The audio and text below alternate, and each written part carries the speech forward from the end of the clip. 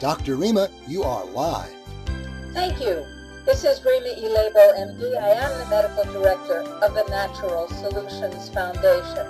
www.drrimatruthreports.com. That's D-R-R-I-M-A, truthreports.com. You know how to spell truth. You know that it rings in your heart like a bell, and you know when you hear it. With me, as always, my co-host and co-trustee, Ralph Fusatore, JD, who is counsel to the Natural Solutions Foundation and a trustee. Hello, Ralph. How are you today? I'm doing great, Dr. Rima, although I do admit that here it is, the very end of March, and there was a bit of a snowfall this morning here in the mountains of northwest New Jersey as we wait for spring to finally arrive.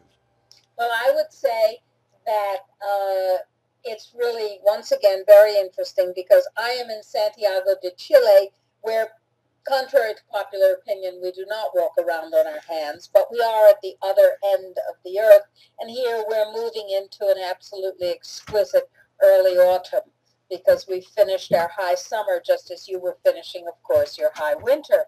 The earth is enormous, and it's also very small and very precious, and we are not treating it well. We are not treating its genome well. We'll be talking more about that today with Sofia Smallstorm, our very special guest. Sofia has a couple of websites. One is called aboutthesky.com, and the other is avatarproducts.com, where you can buy some remarkable and important products that Sofia is directly responsible for. But what is About the Sky? Well, we're going to find out in a wide-ranging dot connecting exercise of an interview. Natural Solutions Foundation connects the dot. And what typically happens is we make a connection, a big picture connection, and then a couple of years later, other folks in the same sandbox, the Health Freedom Sandbox, and so on, say, oh yeah, I just figured out these things connect. Well, Sofia is one of those prescient dot connectors who sees the big picture and also sees the details of the small picture and how they relate. It's a great pleasure to welcome her. Ralph and I have already had the opportunity to sort of pre-interview her for several wide-ranging and fascinating hours. Welcome to the Dr. Rima Truth Report, Sofia. Well, thank you. That's very nice of you to invite me. Thank you very much. Sofia, let's start with, who are you? How did you get to be a dot connector? And how do you share your connections? Well, I'm really just a curious person, and I have a mind that doesn't stop rumbling and rolling. And, you know, in my earlier years, in my 20s, I used to just run over a problem many times, and I would exhaust friends as I relate it to them. And people would finally tell me, why do you keep talking about this? And I would say, because I haven't connected it yet, you know? And then I would see, boom, there was this piece of it that would jump into my head, and I would get it. I would finally get what it was about. And these were personal issues. But now I've extrapolated that, you could call it a capacity, into much bigger things that are happening to us. And the more information, the more data you collect, the more conceptual you can eventually become. And this is why I think that seniors, older people, more mature people are less apt to want to collect and sort data. They are much more into the concepts of life even that they have created. And so for me, it's not just concepts and philosophies of life and living. It's what is going on around us and what is it all leading into and what's behind it and how is it being done, etc., etc. So I just like to look from a bird's eye view. And sometimes, as I said to you in our pre-interview chat, the less formal education you have, the less deeply entrenched you are in a subject, it's almost easier then to see it in a creative way. Well, I think there's no almost about it because formal education, the kind that leads to degrees and certification and so on, is very much a brainwashing activity, and you're supposed to buy into the structures and belief systems of that profession or activity or mindset. And if you don't, you get punished. And the ultimate punishment is that you don't get allowed to be the MD or the lawyer or the physiologist or the psychologist or the manicurist or whatever. If you ask too many questions and you ask too many profound questions, I always say when this point comes up that I went to medical school with a degree in English literature, which prepared me deeply for understanding the human heart, but did absolutely nothing to help me understand the science, which I was then supposed to ingest and regurgitate and maybe even use to the benefit of some people. But not having that scientific background was an enormous advantage because I could think about what I was learning instead of just accepting it on a regurgitated basis. Sofia, you are a person who is looking at pictures both large and small. Tell us what that means. What pictures are you focused on? What fascinates you? Well, it is such a broad question. Let's just start with something that's prevalent today, the wireless radiation that all of us are receiving and using in our gadgets, and the way that we are now being connected through communication in the world. I mean, almost everyone, in India, for instance, they have more access to cell phones than toilets there. So, yes, indeed. I just let me add. I just came back from a 5-week trip to India, and I was talking with some very, very interesting people about rural health, which is a huge problem there. And I said, well, we could do this and this and this if the rural villages, and there are hundreds of thousands of them, if the rural villages have access to cell phones or wireless. Do they? Expecting them to say, no, of course not. And they said, yes, everyone has a cell phone, no matter how poor they are. There is coverage over the entire subcontinent of India. And I thought, oh dear, that's wonderful for the program that I was proposing, and it's a disaster for human health.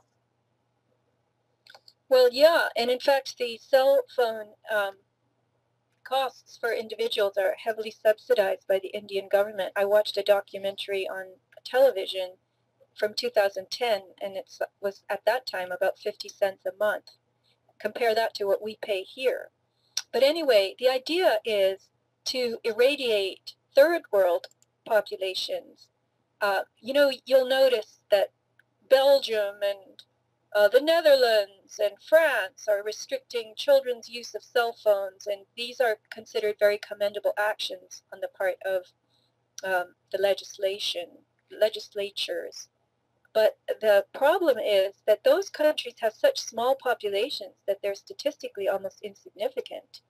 And the telecom industry, which is gigantic, is after third world populations, which are not at all at this time, anywhere near understanding how lethal wireless radiation is. And I want to make a point here that in the old days, when we were the proud owners of radios and we listened to fireside chats from FDR and dramas on the radio stations, we all had receivers. We were very, very far away from the issuing point of the signal.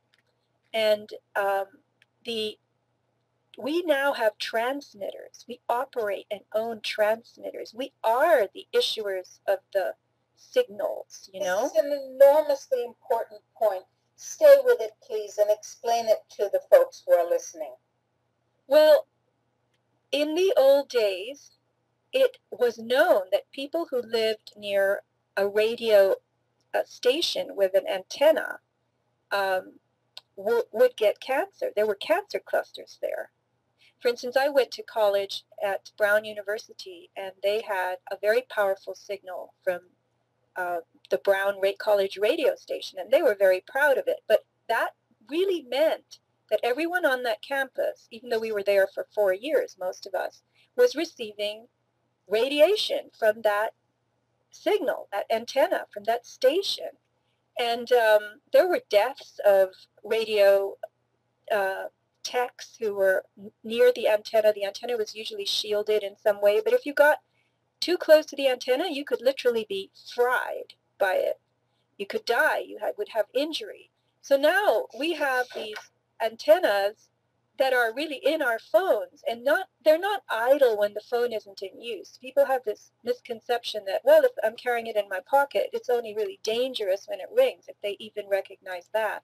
But the thing is firing, it's burping, it's pulsing every 5 seconds, looking for the nearest connection, because it wants to be connected so that it can be ready for your call. So it's constantly checking for where the nearest cell tower is. And that intermittent pulse is what it has been shown by Dr. Andrew Goldsworthy from England to be particularly bad for your cells. It, you know how in Skinner behavioralism they found that if you feed a chick constantly, every time it pecks at its little gizmo and it receives a grain of corn, eventually it will stop pecking. If it never gets any corn from the gizmo, it will stop pecking.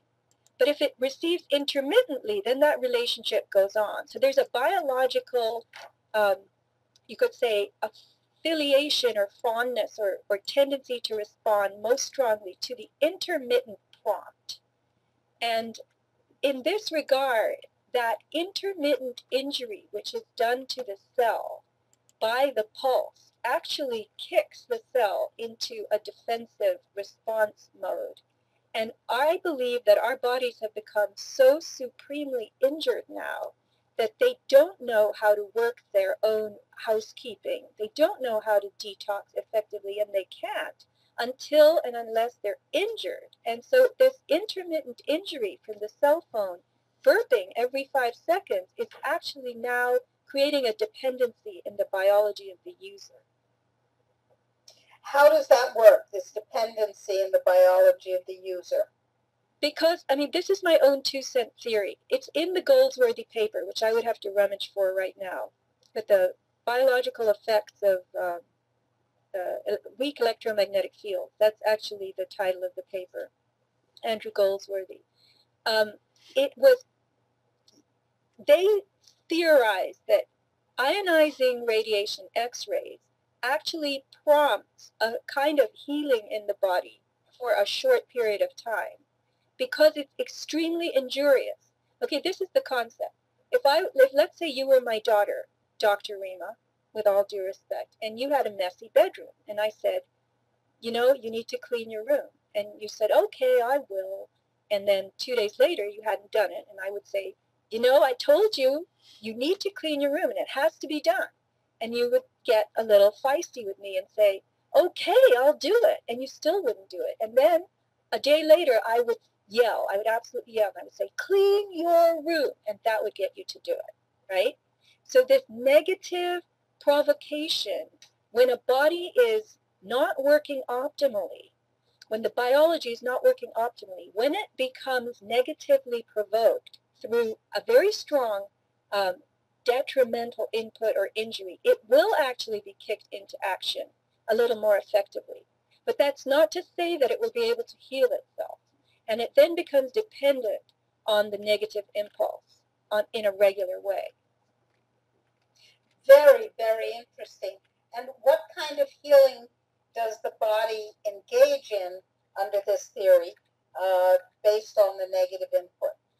Well, mainly it's detox. Again, I want to describe what frequencies do. So when you study piezoelectricity, this is the wireless energy that biological systems use. When a voltage is placed on a crystal, certain crystals, they will respond by generating a frequency and vice versa. When you put a frequency on a crystal, it responds by generating a voltage, right? Right.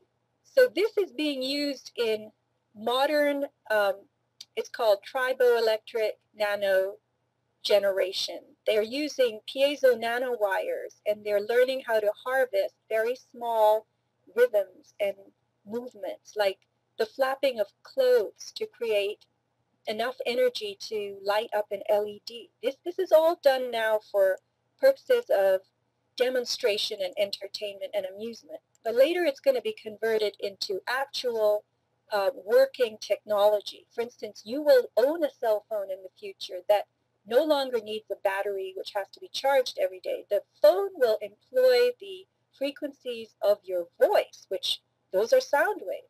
And those sound waves will be converted into millivolts AC, and that's how your phone will run, on your very conversation.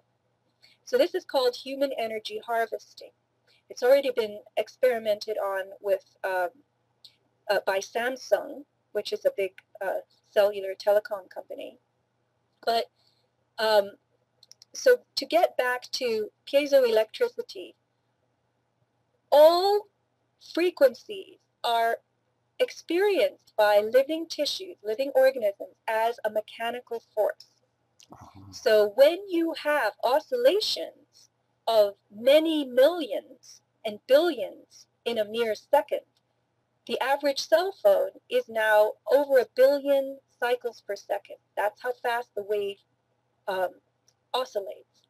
And Wi-Fi is 2.4 billion, 2.4 gigahertz, 2.4 billion cycles per second. And the average cordless phone that you buy at Staples or Office Depot or Target is now 5 to 7 billion cycles per second. So let's look at the waveform. The waveform is not two-dimensional. It is a three-dimensional. Picture a slinky. Remember when you had the slinky toy, you pull it out? That is how a wave looks. It's a three-dimensional form that is operating when it's oscillating like that, like a drill. So it comes into the human tissue and it goes and it actually implodes cells. It shatters them. One person who researches and comments on wireless radiation calls it body-shattering harmonics. So all the crystalline materials in your body, which exist in your bones, there are crystalline proteins in your DNA, the minerals in your bones, the actual water in the cytoplasm of the cell. All of this is used to the Schumann resonances, which are the Earth's natural electromagnetic oscillations. They are 7 to 12 cycles per second. So compare 7 hertz, 7 cycles per second, that's what your body likes, to 2.5 billion. That's the Wi-Fi coming, serving your computer. Just compare that. So what is happening to the cell? The cell membranes are breaking down, the DNA strands are breaking, and the cell has tons of repairs to do all the time. So there's a lot of organic debris that results. The DNA, which is, in pieces, is attempting to graft back together, and a cell can only repair broken DNA 2 to 3 times. That is it. And after that, the DNA repairs with errors, and those are known as mutations. And mutations are the baseline, that's the diagnostic baseline for cancer. Now, I want to inject something. I absolutely don't want to deflect what you're saying, Sofia. Our guest is Sofia Smallstorm, and you need to listen very carefully to what she's saying. But I do want to point this discussion in the direction of the genome. What you have just said is that among many other inputs, the Wi-Fi input is altering our genome, is changing our DNA and inducing mutations, among other things, in our DNA. This is no small matter, because the technologies of destruction that we are focusing on in the Natural Solutions Foundation's 5 doors, the genomocidal technologies, these are all technologies which are being used or being allowed to create mutations and aberrations in our genetic structure which are permanent and which are changing forever who and what we are. Indeed, the end of our first decade as an organization, Natural Solutions Foundation, was founded in 2004. At the end of our first decade, the end of last year, 2014, we began a new decade celebration, if you will. We're calling it the Decade of Genetic Restoration, because it's time to focus on how to restore human health as it is being assaulted by the dangers that our guest is talking about today. So let's get on to more of this extraordinary information. Yes, keep going, Sophia. I just wanted to make it clear that we are absolutely right with you, and what you are saying is critically important. Right. Now, again, you're the educated professional here, and you have had lots more experience in this basic scientific material than I have had. I'm just coming in as kind of like a bird flying into a territory and saying, oh my gosh, what's going on here? So you please just add and expand as needed so that people understand this as much as possible. So what I want to get into now is we talked about how the diagnostic baseline for cancer, the breaking of those cells, there's a mass of organic debris in the body, and the body cannot clean it out fast enough. It's falling behind. The cells are losing energy because they can't tidy up, they can't rebuild, they can't detox, they can't repair as fast as the damage is going on. Now, I want to just make, this is a very simple point. People have Wi-Fi in their houses. People have, some of them, signal boosters for their cell phones. It's crazy, in their house. And Wi-Fi goes all night long unless you disable it. And now some of these routers, as they're called in Anglo countries, they only can be disabled by the provider. You can't even disconnect it yourself. So at night, what happens at night? We have to go to sleep so our bodies can get into very deep restorative cycles. That deep repair is being done at night, and it's so serious that you actually have to lie still and not move for 7 to 8 hours. This is what sleeping is all about.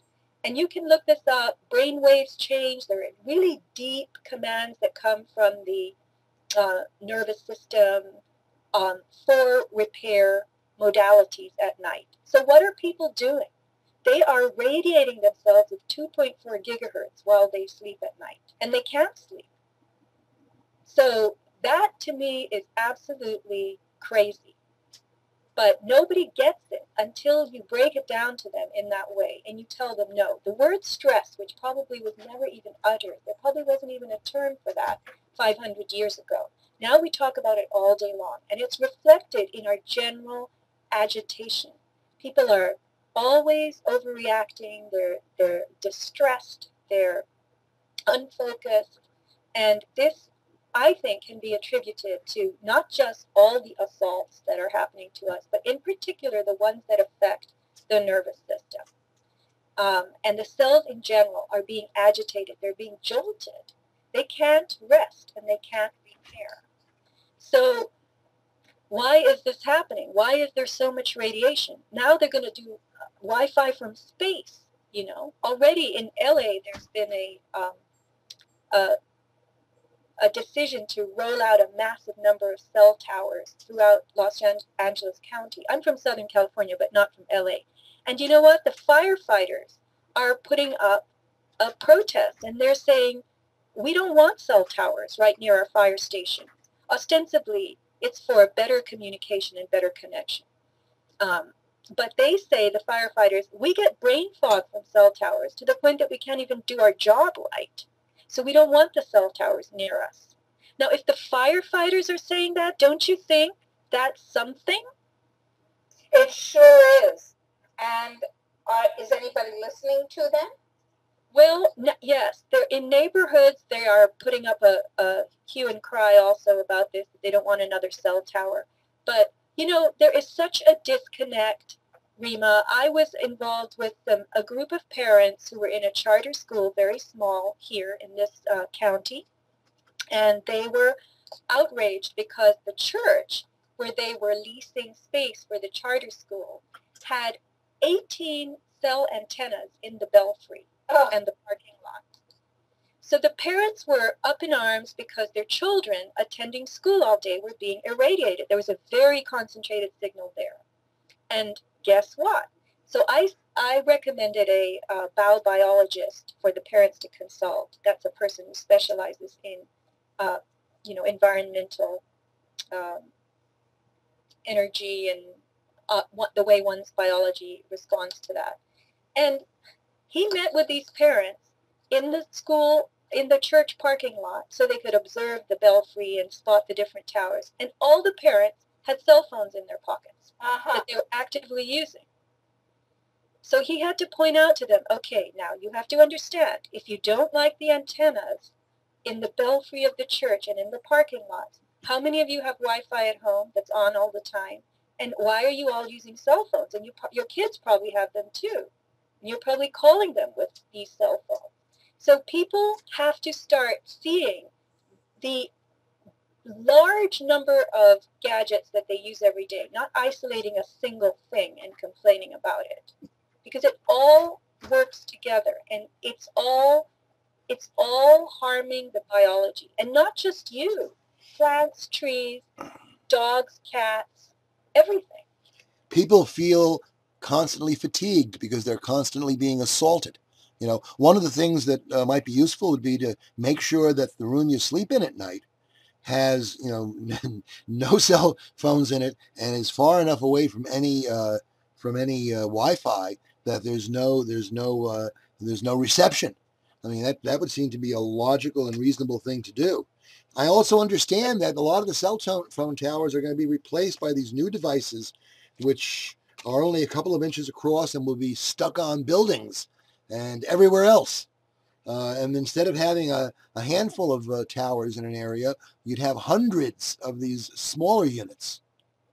Yeah, they're called Artemis. Artemis. Artemis, okay. Yeah. And the Huntress. Again, they will seek out, Artemis seeks out your device and bathes it in a field of radiation so that it is ever ready. Your device doesn't have to pulse. And what I want to find out is what happens to the average person who does or doesn't have a cell phone. Obviously, if you have a cell phone that's on, the Artemis technology will find it and bathe it in radiation. Now, what I learned from another radiation researcher was that if you're moving around, the signals that are bombarding you are not seeing you as a coherent target. So there's less biological effect, negative effect from being constantly on the move than there is from sitting still, for instance, sleeping in a room. And Ralph, to answer your comment, it is not easy in today's a day of building materials. Right. We have drywall, we have wood-framed houses. Yep. And so signal gets through that very easily. I know a woman who lives in a 100-year-old house in Pennsylvania, and she has Wi-Fi in her office, but she cannot get signal from her Wi-Fi in any other room. Why is that? Because the walls are made of plaster. Right. And they're filled with horsehair. So there is so much insulation and so much denseness to the actual structure of the building that the rooms are quite insulated. Now, I found and have learned that brick and stucco and cinder block and very dense concrete, that all debilitates signal getting through. So if you are, for instance, in a neighborhood where everybody's got Wi-Fi, if you happen to be in a brick house, you're better off than if you were in a wood-framed house. Very good point. Very interesting. Good point. Now, what about people who live in apartment buildings or cannot control the construction material of their home very easily? What are the options? Do we have to wear aluminum foil hats? That's the question here. No. Well, here's the thing. I would recommend, because I can take mine off. It was irritating my scalp. I recommend that people get a little Wi-Fi detector. There's a very good one called the Acousticom 2. Acoustimeter is more expensive. It's in the $400 range, but Acousticom is in the $200 range. And you can get them on Amazon. You can, if you contact me through my website, aboutthesky.com, I can get you one. But these have both an audio signal and a light flashing. And I'll tell you something, this is interesting. One day on one of my usual drives home from somewhere that I often go, I decided to carry my meter with me. And I put it on the dashboard and I let it respond. And yeah, it would flash every quarter mile or so. There would be a red signal saying that there was some kind of antenna or tower very close by. And what I found was there were certain red lights where I habitually get extremely irate and impatient. I just cannot stand being stuck at that light. I find myself getting very angry and I want to go, go, go. And you know what? That's where the red signal was flashing. So there was a cell tower there. Yeah. Well, let's be clear about the fact that this is not an imaginary phenomenon. What Sofia Smallstorm, our guest today, is talking about is a well-known phenomenon in which microwave changes neurotransmitters in the brain and changes the experience that we have of our world. Now, if you like having somebody control your emotions, then you should be very, very happy with this. I personally do not. So, in other words, the cell towers can become transmission devices to transmit frequencies that will actually affect people's emotions. Well, of course they can become that, but as is, they're transmitting signals and right. frequencies that do affect our emotions because they agitate our bodies. Got it. So I'm not talking about, you know, very fine-tuned right. oscillations that are intended to generate a certain type of response. I'm talking about overall biological response. Yeah. It is negative to this technology, and yet people claim to be, you know, dependent on it. Well, I can't do my job if I don't have a cell phone, and I actually have met people who are in various industries, and they have to use cell phones, and they report enormous discomfort. And this is what is bound to happen to many, many, many of us. And I'm going to use this to segue into an interesting aspect of this discussion.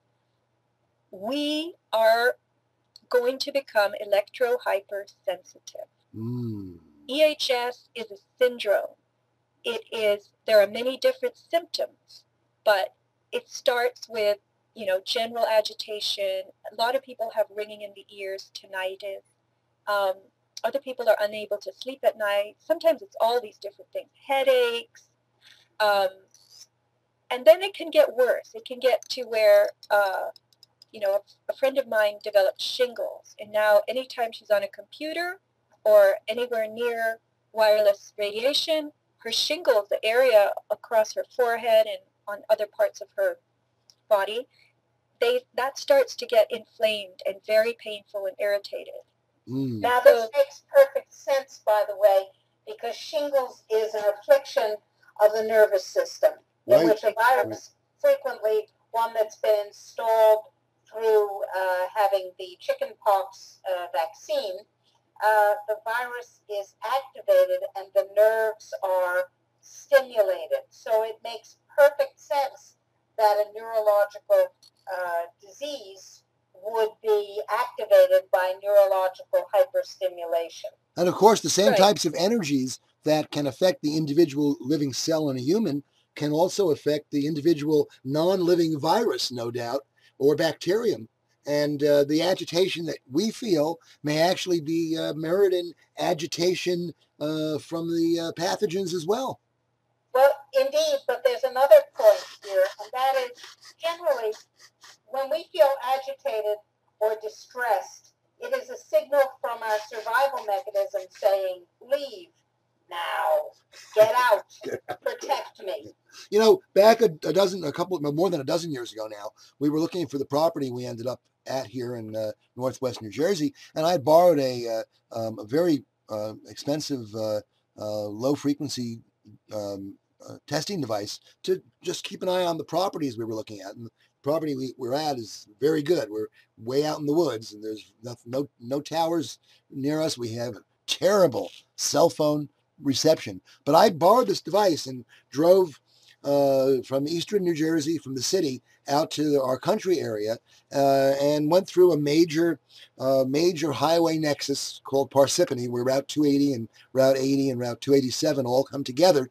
And I had the device on just as you did, and I was noticing what was going on, and there was a clear, instead of the intermittent signal that you'd get sort of along the highway, where these highways converged, there was just signal. There was no intermittency about it at all. And a couple of years later, I had borrowed the same device for another purpose, and I was actually driving the same road, and I turned it on again, and I noticed that, if you will, the background overall reading had doubled. Now, that was all a long time before Fukushima, and one would wonder if adding radiation to the other sources of electromagnetic energy might not have made this whole thing even worse. Specifically adding ionizing radiation. Yeah. Yeah. That's a very, very interesting point. What do you think about that, Sophia? Well, I don't want to comment on the Fukushima thing now. I want to save it for another show. But all right. All radiation, whether it's ionizing or non-ionizing, is going to damage tissues. Yes. And got it. This electrohypersensitivity is an issue that we are seeing much more of today, and people are not realizing what it's from. So I'm going to quote Magda Havas. Are you familiar with her? Yes, I know Magda. I think very highly of her. Okay, she's from, she's an associate professor of environmental and resource studies at Trent University. So she does a lot of work on the biological effects of environmental contaminants, and she's added this wireless radiation to her list and made it a priority. So she says, according to a study, by 2017, 50% of the population will complain of symptoms of EHS that include sleeping problems, fatigue, headaches, joint pain, dizziness, nausea, anxiety, depression, difficulty with concentration and short-term memory, skin problems, vision problems, ear problems. So the thing is, that's the body on a very initial level complaining. But then when it's unable to do its major repairs and it's unable to keep itself in what's called a good redox balance, a good uptake of electrons and usage of energy, the energy inflow and outflow. When the body gets behind, it starts experiencing oxidative stress, which means the cells are losing too much energy. And that will land you in much more difficulty. You can then start to succumb. You can start to have degenerative problems. You can become diseased in some way. You will have chronic problems at that point because you are not able to keep your health up. So it's a very big risk to expose yourself to something that eats away at your cellular energy all the time, Very interesting. This is something that, what you're describing is part of what Dr. Rima has described as the genome disruption syndrome. The type of symptoms that you're discussing fit into that model as well. And the two models clearly overlap in a very interesting way. And I raise that because one of the remedies that Dr. Rima has seen for this sort of disruption and to try to deal with bringing people back from the disruption has been the use of CBDs, cannabidiol. You just read my mind. I was reading. We do that all the time, yes. So, and we read General Burt's mind too, don't we? No doubt. The symptoms of electromagnetic poisoning, if you will, are the symptoms of CBD deprivation, which means to me that it's very likely that either the CBD production is damaged by the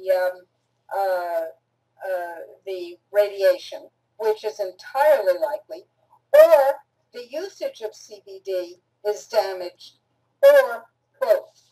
So we're probably, my guess would be that we're talking about the interference with the production and the utilization of this essential internal regulatory molecule, which can be added as a supplement. It's called CBD hemp oil, and can help to restore the body to its level of homeostasis, which it has lost by being exposed to this toxic input. We did a radio show with an Israeli-U.S. Lawyer who is herself electromagnetically disabled because of the enormous input that she's been exposed to. And I suggested that she try CBD. And she said, oh, well, I'm not really interested in that. I said, try it, please, please try it. You need this. And to my knowledge, she has not done so. But it's such a logical connection. It is. So if anybody is listening and has these symptoms, vague or well-defined, and needs to make it better, needs to protect their body and to re-regulate it, I cannot urge you more strongly to try CBD. Now, we happen to have a website where when you purchase CBD, you're supporting your health and health freedom, and I will give that website. But wherever you get it, I urge you to try CBD and to recall that it's totally non-toxic, so you can safely experiment with the dose until you find one that works for you. Our website is http://donate.drrima DRRIMA truth.com. http://donate.drrimatruth.com.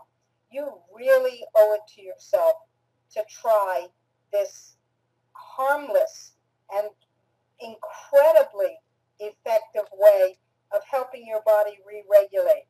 And whatever your experience is, if you'll let us know, we'd be very grateful to know what your particular route to health has included using CBD.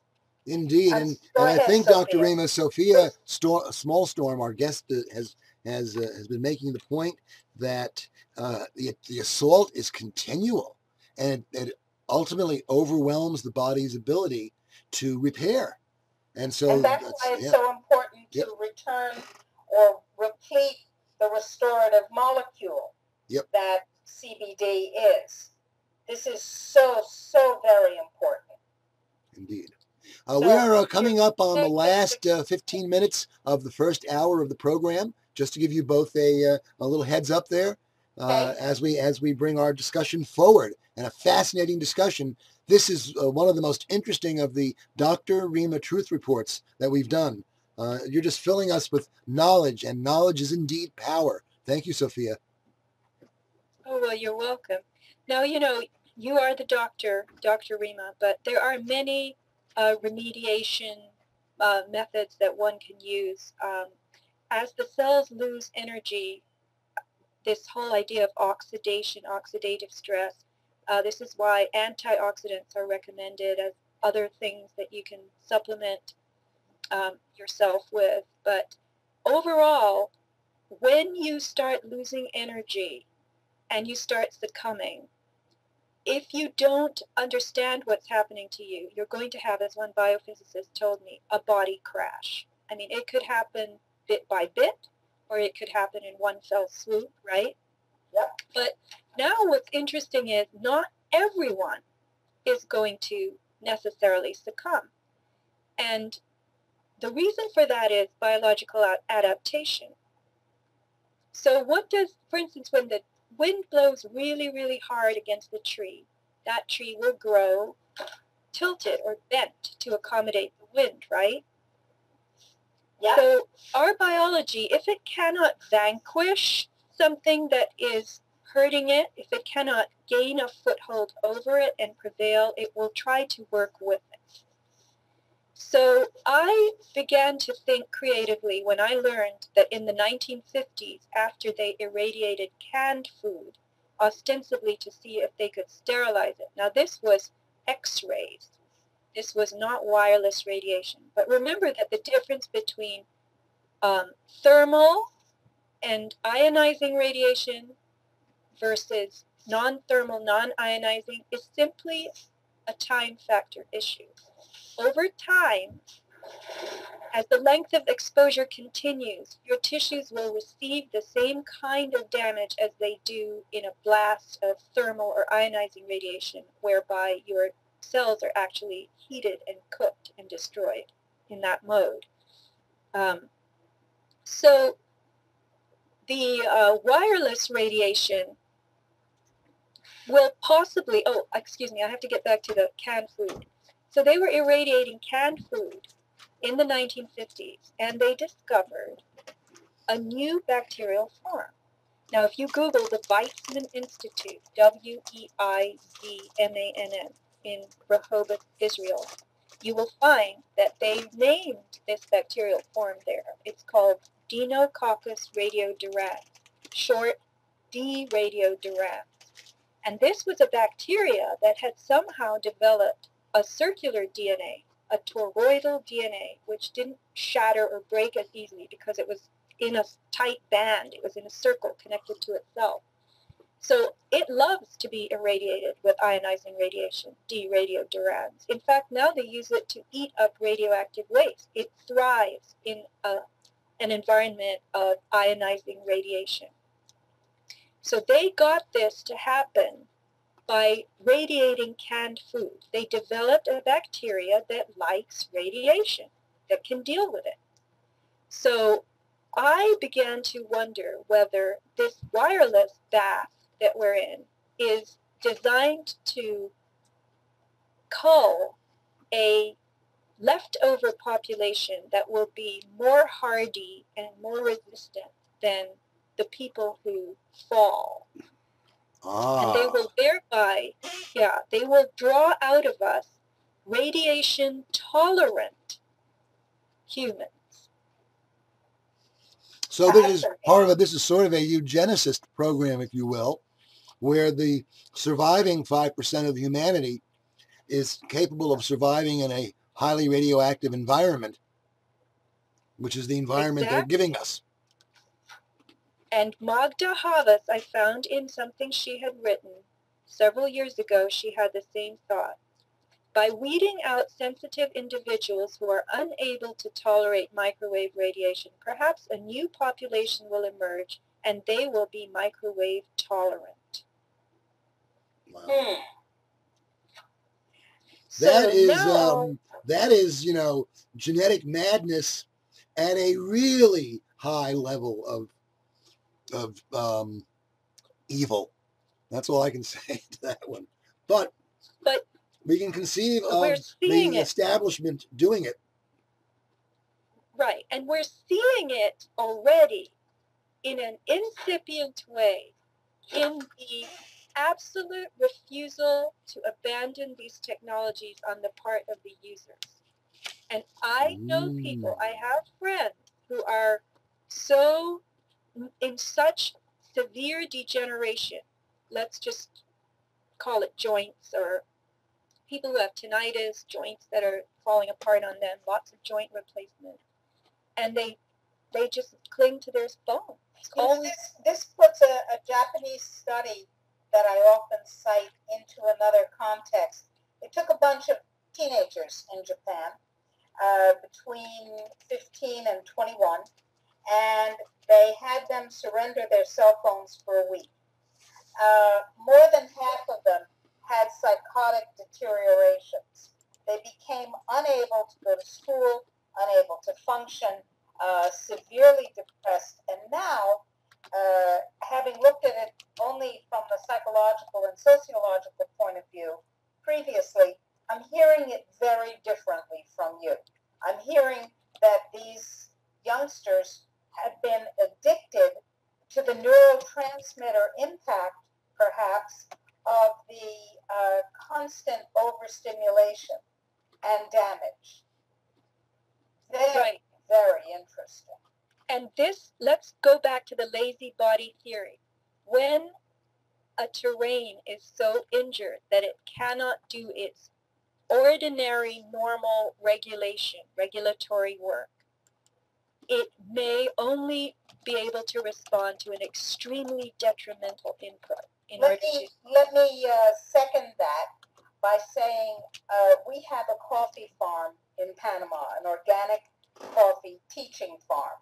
And in that farm, in the process of becoming cafeteros, people who know and raise coffee, one of the things we learned is that you can't just take a coffee farm, and this is true for other farms as well, you can't just take that farm and stop putting nasty things like Roundup and 2,4-D and so on and paraquat on that farm and expect that the plants will live. What will happen is that because you've changed and ultimately destroyed the soil biota, and because you've damaged the plants genetically so badly, the plants will die and you will have a desert, even though you think you're doing something nice.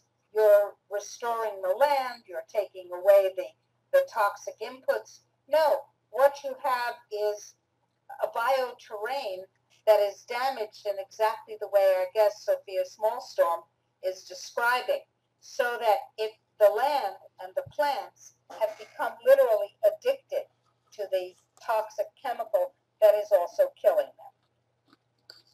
Well, sure, that land, of course, the soil consists of many microbes, right? And the plants are living. So they're trying to, they have already moved in the spectrum. They've shifted, and now they believe in their own kind of very organic metaphysical awareness sense, because microbes even have that. Biology has that. Biology operates in a very, it's not an active conscious way. It's a different kind of consciousness. But those life forms are trying to get along with this damage, and they can't really go back to where they were very quickly. So, you know, the way I look at it is, biology has one imperative, which is to gain a foothold and prevail to be able to reproduce. And when that is stifled, it will attempt to do the best it can to try to achieve that. This is absolutely correct. There's no way to argue this. It's absolutely the way biology is in fact designed. You're quite right. Right. And so we have in our world all kinds of organisms that are both vying and cooperating for space. They want to be able to live and reproduce. Now I'm going to take you into the next phase of our frightening discussion. Are you ready? I am. Okay, so remember I said that frequencies register on the tissues as a mechanical force, right? Mm-hmm. So the human egg, the follicle, when it is penetrated by sperm in reproduction, what happens when the first little sperm reaches the egg and gets into it through the wall? The egg undergoes what's called a zona response or zona reaction. The outside of the egg is called the zona pellucida, and it consists of a number of layers. There's a hard granular cortical layer, and then there's a plasma membrane, and all these things fuse, and the egg then actually makes a hard shell around itself. Why? Because it doesn't want penetration by multiple sperm. The job has been done. Now we've got conception happening, and the cell doesn't want a bunch of other sperm getting in. I mean, the egg, which is the cell. So this zona response is very possibly what's happening when all these school children are being exposed to Wi-Fi in the classroom. They sit with tablets against their middles, and very strangely, the design of the tablet by Apple is such that the antenna is not at the top. It's at the bottom. Right.